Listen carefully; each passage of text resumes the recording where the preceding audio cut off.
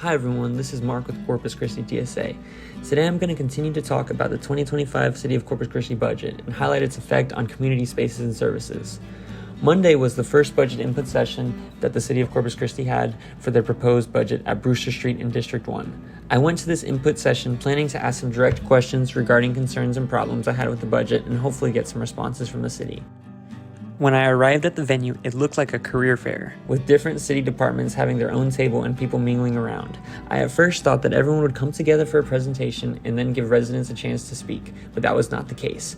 According to the mayor and city manager, this change was communicated to the city council in previous weeks, and the change was due to a lack of attendance in previous years at these sessions, so they decided to make a change. This change was not apparent in any of the announcements that the city posted. I don't know how the people were supposed to know. This is an election year and it removed a lot of public input at these sessions. Previously, you could ask questions in the front of the group and everyone could hear the answers, and they were also live streamed. This time there was nothing like that. It was at a bar which was open and there wasn't much parking available, causing many to park illegally. It was a completely unsuitable location for public input. This change in format shielded them from criticism, as they were getting grilled with tough questions in previous years. They had the power to change the format, and they did. This change also meant that there was no record of our questions or their responses, really removing any accountability. Another criticism of this format is that if you had an issue with the police budget, you had to go up to their table and discuss it with them only, really, and without the general public listening. However, I was able to speak directly with the city manager and ask him about a few key items being cut from the budget.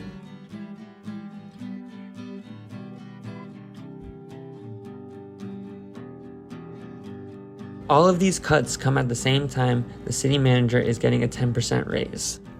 After significant public outcry and lots of emails sent to city councilmen, the city announced that they would keep the library, OSA wetlands, and senior centers open, and that they would adjust their budget accordingly. Today I'm going to focus on the Garcia Library, as I was able to pay it a visit the morning of the input session with my comrade Emily. Initially, the proposed budget showed zero funding for it in the 2025 fiscal year, effectively closing it. The Garcia Library had a reference copy of this budget showing the change. As previously said, the city has responded to this criticism and said that it would not be cut. But here's the critical part. When I talked to City Manager Peter Zanoni at the input session, he confirmed that there was still a plan to close the library eventually and that the building would be sold to the school. With bond money, the city intends to build a completely new library in District 5.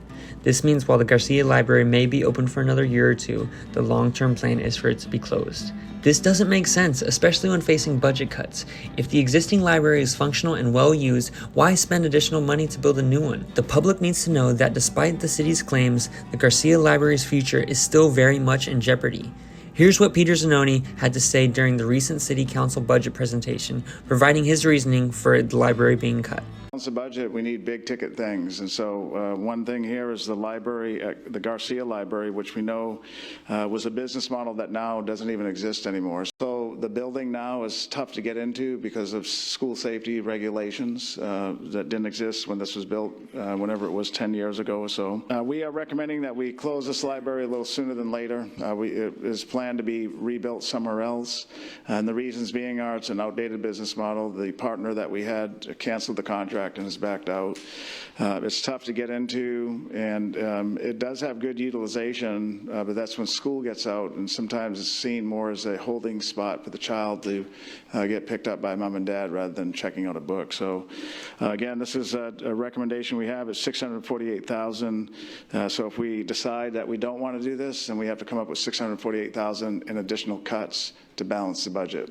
First off, a library is not a business. Why would you need a business model, and why would it be run like one?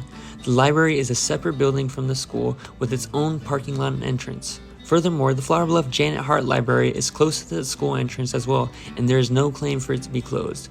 There were parents with kids at the library when I visited, and it's in the middle of the neighborhood that many can walk to. It should not be closed or defunded under any circumstance.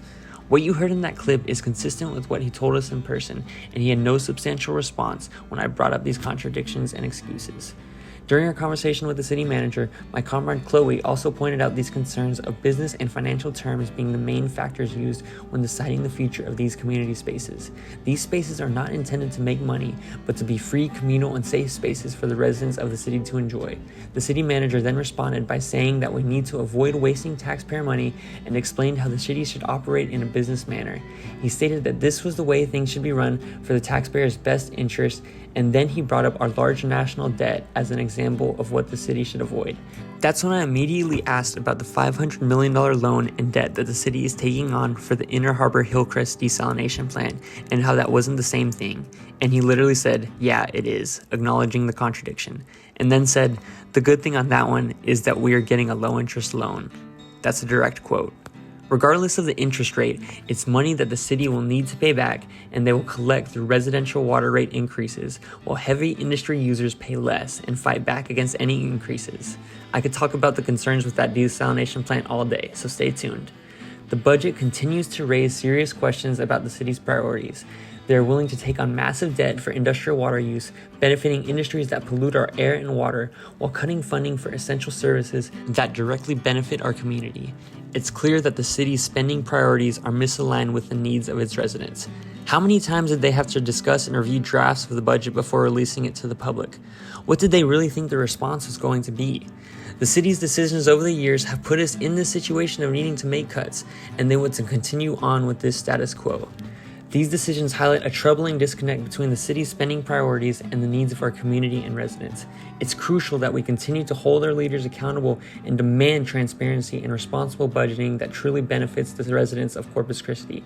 Please show up to the next city council meetings and your next opportunities to give public comment if you want to speak up.